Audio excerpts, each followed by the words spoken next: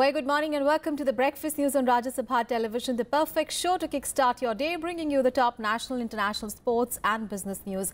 My name is Aishwarya Kapoor and these are the headlines. After its passage in Lok Sabha, a landmark, a triple talaq bill listed for introduction in Rajya Sabha today. BJP looks for consensus among political parties for the bill's passage in winter session of Parliament.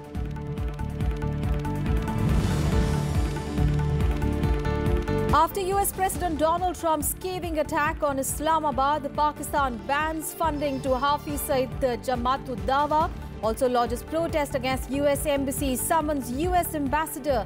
India says Trump's statement justifies our stand against Pakistan. Government's big push for digital payments, no charge on debit card transactions below 2,000 rupees. Merchant discount rate to be borne by the government for 2 years. SBI's New Year cheer for customers announces a 30 basis point cut in old lending rate benchmarks. Cold wave sweeps in North India. Mercury drops below 6 degrees in the national capital. Heavy fog hits air, rail and road traffic. Met Department says mercury to dip further.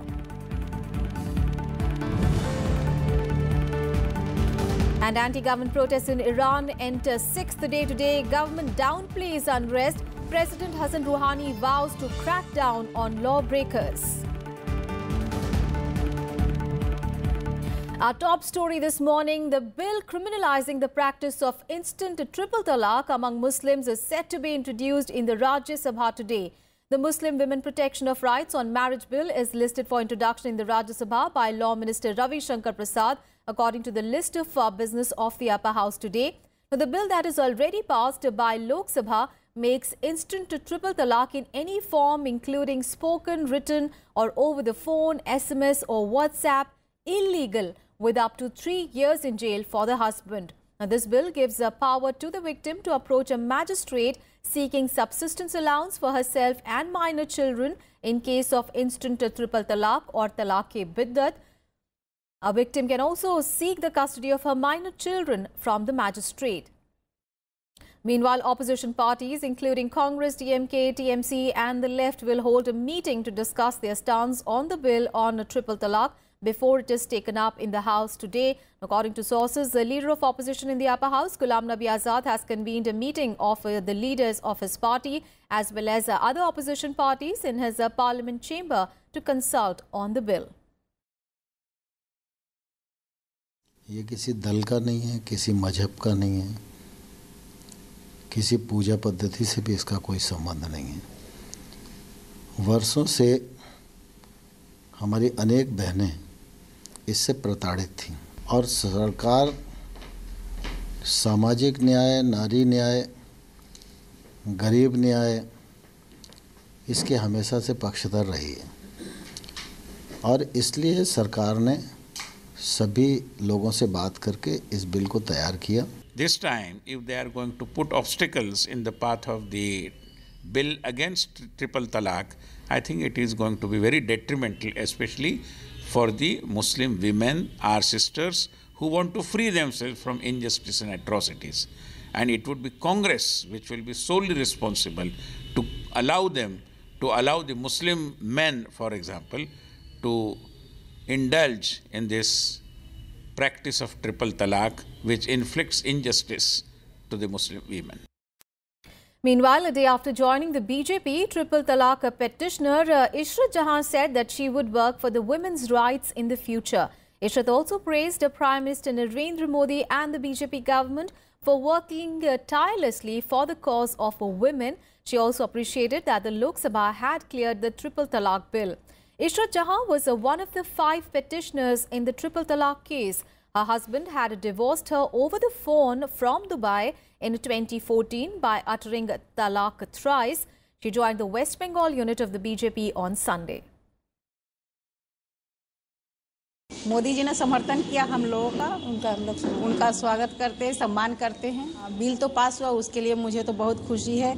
आने वाले generation लोगों के लिए जो तकलीफ हम लोग झेल चुके, वो लोग को वो तकलीफ नहीं झेलना पड़ेगा। आज जो है आप On to the other top story of the day. After US President Donald Trump in his first tweet of 2018 slammed Pakistan as a safe haven for terrorists, Pakistan lodged its protest against the US embassy and summoned US ambassador to the country.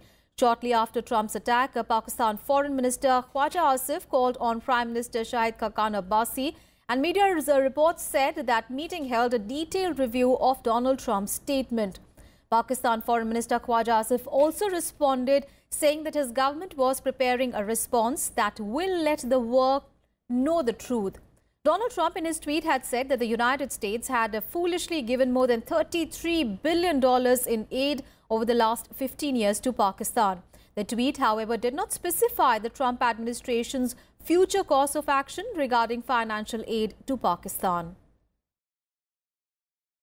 Meanwhile, in India, Minister of State Jitendra Singh said that Donald Trump's statement has justified India's stand against Pakistan. I think one of the greatest achievements of the Modi government in the last 3 or 4 years is that it's also to a great extent because of the successful foreign outreach of Prime Minister Shri Narendra Modi, that even those countries of the world which were earlier hesitant to accept India's viewpoint as far as terror is concerned, or the role of Pakistan in perpetrating terrorism on the Indian soil and actually in the entire region is concerned, are now coming round to accept India's viewpoint, and also coming round to Prime Minister Modi's repeated reiterations that the war against terrorism has to be fought collectively. Meanwhile, Pakistan's financial regulatory body on Monday banned Mumbai attack mastermind Hafiz Saeed's Jamaat-ud Dawa and Falah Insaniyat Foundation from collecting donations. The Securities and Exchange Commission of Pakistan prohibited the collection of donations by the JUD, the front organization of a banned outfit, Toiba, as well as several other such organizations named in a list of banned outfits by the United Nations Security Council. The notification comes on a day when President Donald Trump accused Islamabad of giving nothing to the United States but lies and deceit and providing safe haven to terrorists. Now, the JUD is believed to be the front organization for the LET, which is responsible for carrying out the 26/11 Mumbai attack. It has also been declared as a foreign terrorist organization by the United States in June 2014. Now, in addition to JUD, the list also includes LET itself, the Falah Insaniyat Foundation, the other foundations as well, including Pasbani Kashmir, among others. Now, the SCP also notification further warned that non-compliance with the said ruling could result in a hefty monetary fine. And amid the ceasefire violations by Pakistan, External Affairs Minister Sushma Swaraj has hinted that any bilateral cricket series between India and Pakistan is unlikely. Sushma Swaraj said this to Parliament's Consultative Committee on External Affairs during a meeting yesterday. Sushma Swaraj also said that she had met Pakistan's envoy to India and had proposed to him that both the countries release prisoners above 70 years of age or women or of unsound mind as part of humanitarian aspect of the relationship. Now, the agenda of the meeting was a relationship with a neighborhood. On the possibility of an India-Pakistan cricket series on a neutral venue, the External Affairs Minister said that it seemed unlikely until Pakistan stopped cross-border terrorism and firing, saying that terrorism and cricket cannot go hand in hand. The members also sought to know about the impact of Maldives-China proximity on India. The ministry replied that the relationship between India and Maldives remained close and cordial. On to the other top story of the day. The customers will not have to pay any transaction charges on payments up to 2,000 rupees through debit cards. The Finance Ministry announced on Monday. Now, in a bid to push digital transactions, the Union Cabinet has approved a proposal that the government will bear the merchant discount rate or the MDR charges on transactions up to 2,000 rupees made through debit cards, Bheem, UPI or Aadhaar-enabled payment systems. The merchant discount rate will be borne by the government for 2 years with effect from 1st of January this year by reimbursing the same to the banks. The merchant discount rate is the fee charged to a merchant by a bank for providing debit and credit card payment services. Now, the move will have an impact of 2,512 crore rupees on the exchequer. The decision was taken at the cabinet meeting chaired by Prime Minister Narendra Modi yesterday. And in a major boost to home buyers, the State Bank of India has extended the processing fee waiver till March 31st. The bank has also reduced the base rate by a sharp 30 basis point to 8.65%. Now, the reduction in the base rate effective from 1st of January has brought relief for nearly 80 lakh existing SBI customers. The reduction in a base rate will lead to a decline in the EMIs for the customers. And in some more good news, the output of the 8 major core sectors rose by 6.8% in November as compared to 5% rise seen in October last year. Now, this is more than a 12-month high. This was led primarily by a double-digit jump in cement and steel production, as well as a sustained rise in refinery products. The 8 core segments, namely coal, crude oil, natural gas, refinery products, fertilizers, steel, cement and electricity, cumulatively grew by 3.9% in the first 8 months of the current financial year. This was lower than the 4.9% growth in the corresponding period of 2016-17. Now, economists suggest that this could point to an overall industrial revival from November onwards. This is good news considering the index of industrial production, that is IIP, had plunged to 2.2% in October, slowing down for the 3rd straight month.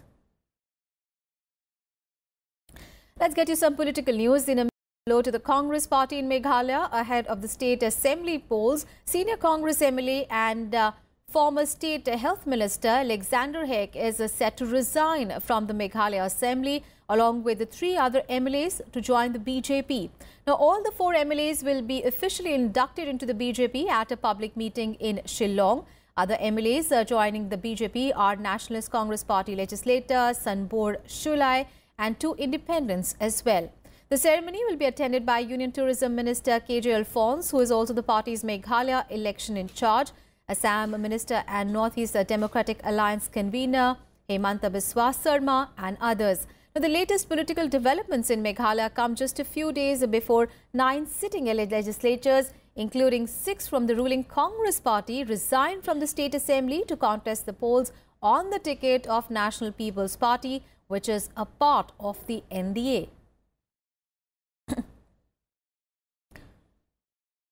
And Vijay Keshav Gokhale will be the new Foreign Secretary. The Appointments Committee of the Cabinet approved Gokhale's appointment, and Gokhale will replace incumbent Dr. S. Shankar, who is completing his tenure on the 28th of this month. Now, he will have a 2-year term. A 1981 batch IFS officer, Gokhale is currently holding the charge of Secretary Economic Relations in the External Affairs Ministry. He is also regarded as one of the key persons to have resolved the Doklam crisis. And in Breakfast News, we'll take a very short break. We'll be back with more news. Stay tuned.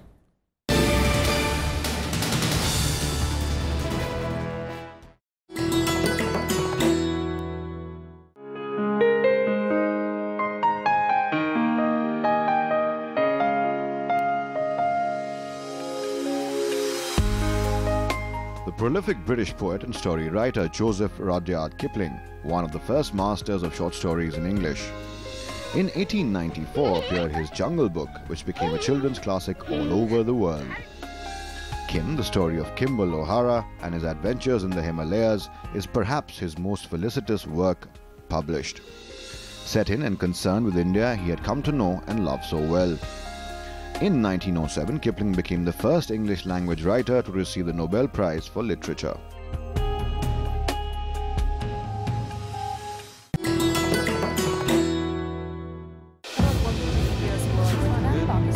From a regional power to an assertive global leader. Image building is a very complex exercise. You can gain on some fronts, but you can lose on other fronts. India is changing, and there will have to be give and take. The old days of colonialism are over. We have a strategic partnership agreement that includes areas of cooperation in all fields, including security and defense. India is taking confident strides on the global stage. Pakistan is now Terroristan. New friendships, stronger ties. Join me, Tracy Shilshi, every Monday at 10 p.m. as I speak to India's foreign policy elite. Catch all the action on India's World, only on Rajya Sabha TV.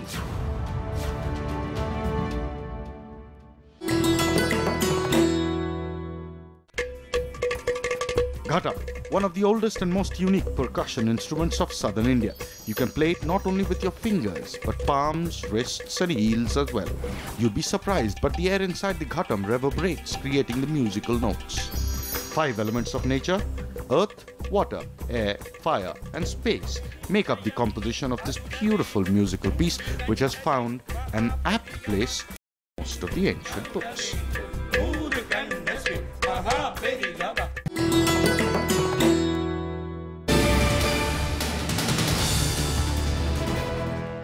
Welcome back after the break, and let's now get you all the weather updates. And cold wave conditions continue to grip across the several states in North India. In Jammu and Kashmir, the mercury has settled several degrees below freezing point. Srinagar city recorded a minimum of -4.4 degrees Celsius, while North Kashmir's Kupwara town recorded a temperature of -4 degrees Celsius. The mercury in South Kashmir's Kazigund has settled at a low of -3.4 degrees Celsius. Now, Leh in the Ladakh region also braved the coldest night so far this year at a -14.5 degrees Celsius.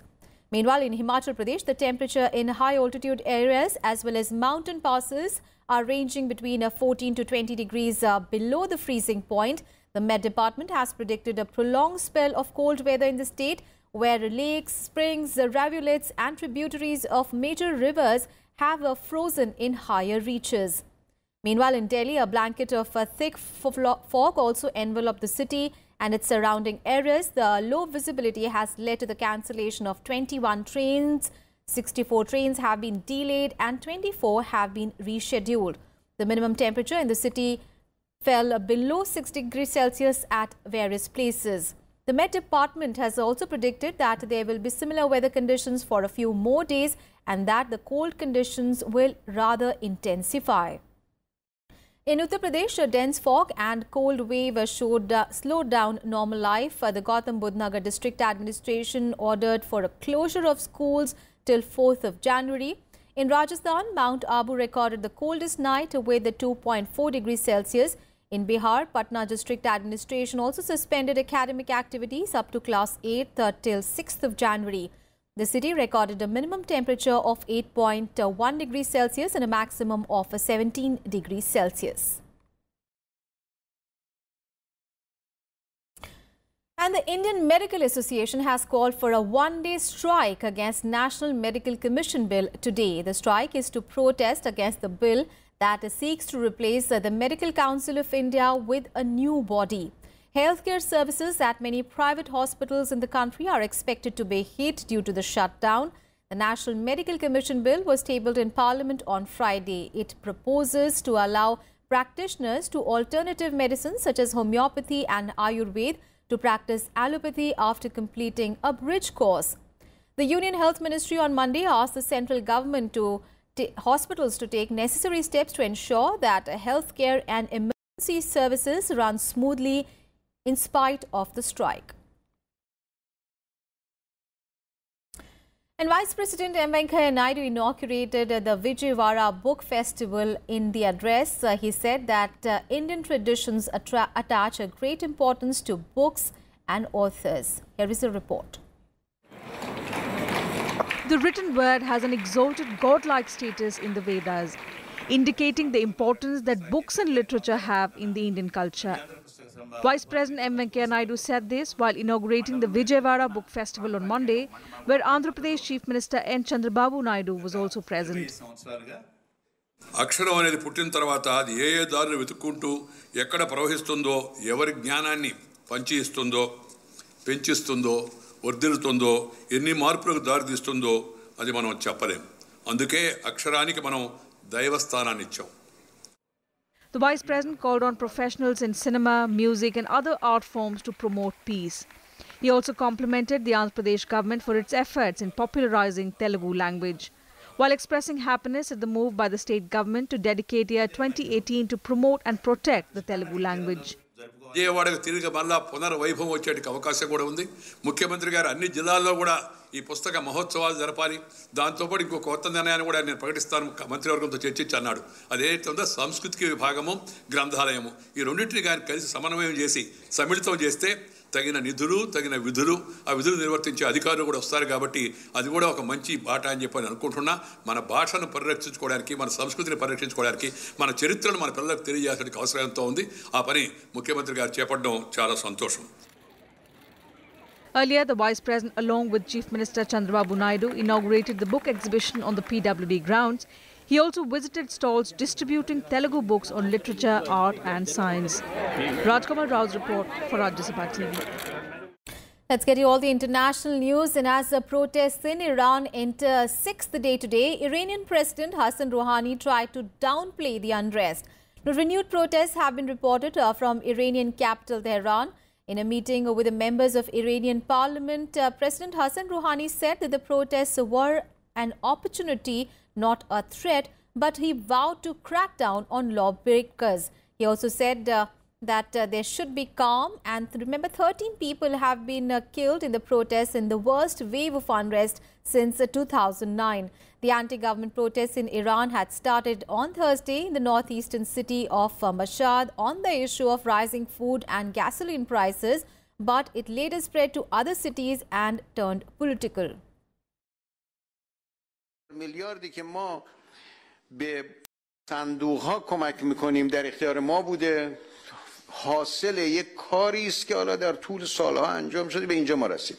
به نظر من اون چی که این چند روز واقع شده ظاهرش یه نوع تهدید بوده، باید تبدیل کنیم به فرصت. ببینیم مشکل چیه.